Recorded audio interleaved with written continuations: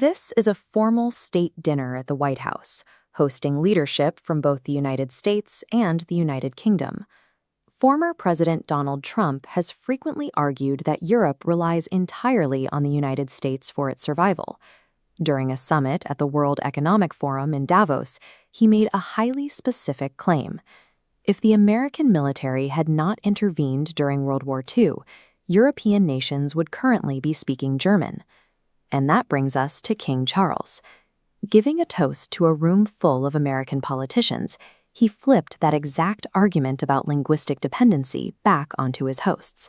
He pointed out that if it were not for Britain, Americans would be speaking French today.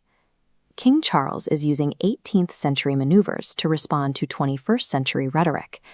To see how a joke about language functions as a diplomatic weapon, we have to look at the map of North America before the United States even existed. Take a look at this antique map of North America.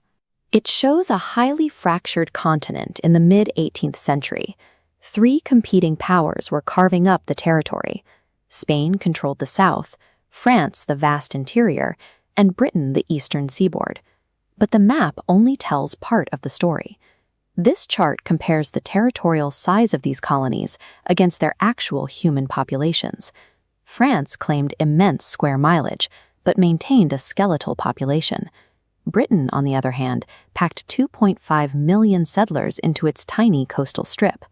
Territorial lines hold very little weight without the human numbers required to establish dominance. Putting an extremely dense, rapidly growing population right next to a massive, undefended territory made a violent, expansionist clash inevitable. The resulting conflict would determine who controlled the continent's future. The 7 Years' War broke out in 1756. It was a truly global conflict, but the North American theater determined the fate of the colonies. The British secured an absolute victory, leading to the total collapse of French colonial influence across North America. This is the 1763 Treaty of Paris, the legal mechanism that finalized Britain's continental monopoly. Looking at this map of the 13 colonies, we see where that treaty permanently installed the English language, common law, and Protestant traditions. But the paradox of this victory became clear a decade later, when these very colonies rebelled against the crown. France saw an opportunity to avenge their devastating loss. They bankrolled the American Revolution, providing the critical money, weapons, and naval blockades the colonists required.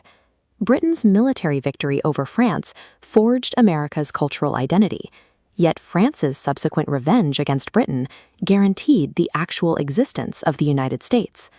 Returning to the White House state dinner, King Charles's joke lands differently when you understand the mechanics of the 7 Years' War.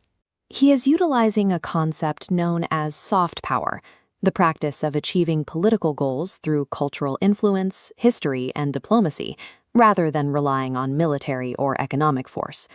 Britain often relies on these tactics. A UK monarch cannot directly demand policy changes or aggressively confront the US over issues like NATO defense spending in the same way an American president can confront Europe. Instead, classic British wit allows their leadership to politely assert global relevance. They can push back against isolationist rhetoric without triggering an international crisis. Donald Trump views the geopolitical landscape as a strict hierarchy dominated by the United States. King Charles's toast serves as a reminder that the American narrative is built on a British foundation.